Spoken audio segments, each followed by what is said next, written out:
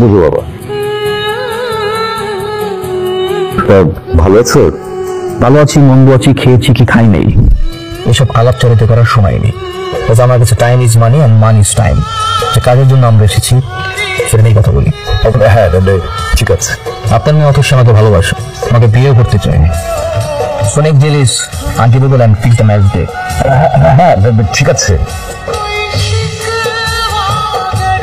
সোনার উপর আংটি দিয়ে এঙ্গেজমেন্ট করবো আমি? নেই, আমি আমাদের বিয়ের জন্য দুবাই থেকে স্পেশালি প্লাটিনামের রিং অর্ডার করে এনেছি।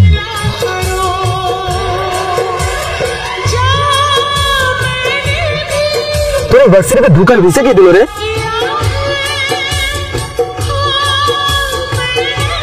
বুঝতে ছেলে অত সে বন্ধ হয় কি করে? ওরকম লোয়ার ক্লাস ছেলেটা চোখে না চিন্তা হবে না, তোর আজকে বিদায় করে দাও। সরি কেন? আমি জানি কালকে তুমি বাবার কথাগুলো শুনে ফেলেছো আর হয়তো কষ্টও পেয়েছো। না কোনো সমস্যা নেই, আমি তো কিছু শুনি নাই। আচ্ছা যাই হোক, শোনো, আমি যদি তোমার কাছে খুব ভালো ম্যাথ বুঝি তাহলে তোমার কাছে শিখবো। কালকে থেকে আমি তোমার বাসায় গিয়ে শিখবো। কি শিখাবা? কিন্তু আমার বাসায় তো এই পরিবেশ নাই।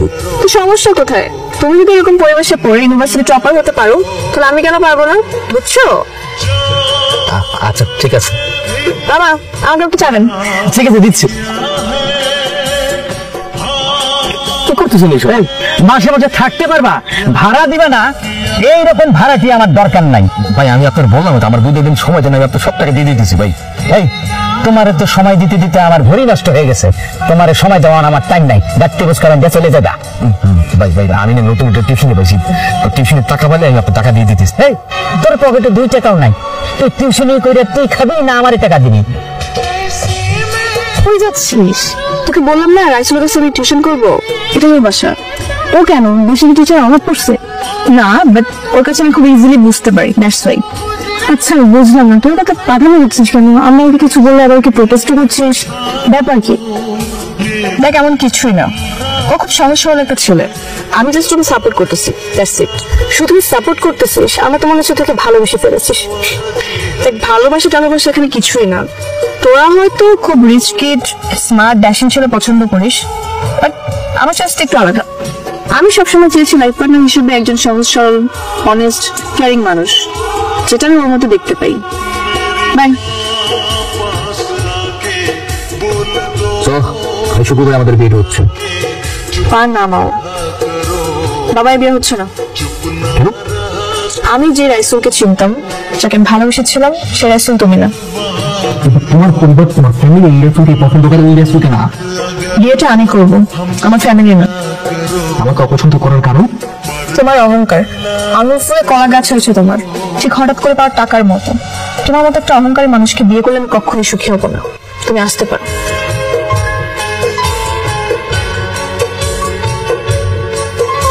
বাবা ফোন দিচ্ছ কেন? কালকে আমার সাথে একটু দেখা করতে পারবা? শেষবারের মতো। ঠিক আছে।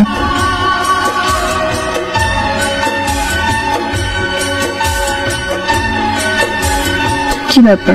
সে আগে বসছি, স্যান্ডেল, শার্ট, প্যান্ট, মানে কি? তুমি ঠিকই বলছিলাম, খুব করে এতগুলো টাকা পাওয়ার পরে আমি অমানুষ হয়ে গেছিলাম। আমি এখন মানুষ হইতেছি, সৎভাবে উপার্জন করে নিজের পায়ে দাঁড়াতেছি। যে মেয়ে নিঃস্বার্থভাবে একটা ছেলেকে ভালোবাসতে পারে, সেই ছেলেটা সেই মেয়েটার জন্য পুরো পৃথিবী উপরে ফেলতে পারে। টাকা পয়সা, বাড়ি গাড়ি, ধন দৌলত এসব তোমার কিছুই না। তাই আমি আমার যত স্থাবর অস্থাবর যত সম্পত্তি আছে, যা কিছু বিভিন্ন এতিমখানা মাদ্রাসায় দান করে দিয়ে এসেছি। দান করে খুব ভালোই করেছো, সব তোমার ব্ল্যাক মানিই ছিল। তুমি কিভাবে জানলে? তুমি কি ভাবছো তোমার সবকিছু আমাকে সহজ না? আমি সবই জানতাম। দেখো তো, আমি শুরু থেকে তোমাকে ভালোবাসতাম, তোমার মায়ের পড়েছিলেন, কিন্তু আমি জানতাম তোমার আমার ভালোবাসার কোনো পরিণত নেই। আমি আমার নিজের অবস্থান জানি, আর সবকিছু নিয়েছিল টাকা। টাকার জন্য আমি আমার এমন কোনো জায়গা নাই, নিজের ঘর বলো, বাড়ি বলো, ভার্সিটি, ফ্রেন্ড সার্কেল, বন্ধু বান্ধব, এমন কোনো প্লেস নাই যে অপমান অপদস্থ হয়নি। কিন্তু তোমার ফ্যামিলির সামনেও টাকা কিভাবে কামাবো এটা ছিল আমার প্রধান লক্ষ্য, সেটা বৈধ হোক আর অবৈধ হোক। তোমাকে পাওয়ার জন্য আমি সবকিছু করার জন্য রাজি ছিলাম, কিন্তু আমি জানতাম যতক্ষণ না পর্যন্ত আমি অনেক টাকা কামাতে না পারবো, তোমার ফ্যামিলি আমাকে গ্রহণ করবে না। কিন্তু দেখো, এত টাকার মালিক হওয়ার পরেও তোমার ফ্যামিলি আমাকে ঠিকই গ্রহণ করলো, তুমি আমাকে গ্রহণ করলো না। তুমি তোমার চোখ দিয়ে যেভাবে আমাকে দেখেছো, আমি তোমাকে সেভাবে দেখিনি। আমি সবসময় তোমাকে একটা সৎ সহজ সরল মানুষ হিসেবে ভালোবেসেছি। এখন তো আমি আবার সেই আগের রাসেল হয়ে গেছি, সৎ সহজ সরল সব বাদ দিয়ে দিয়েছি। এখন কি আমি ভালোবাসবো? ভালোবাসি বলেই তো আসছি।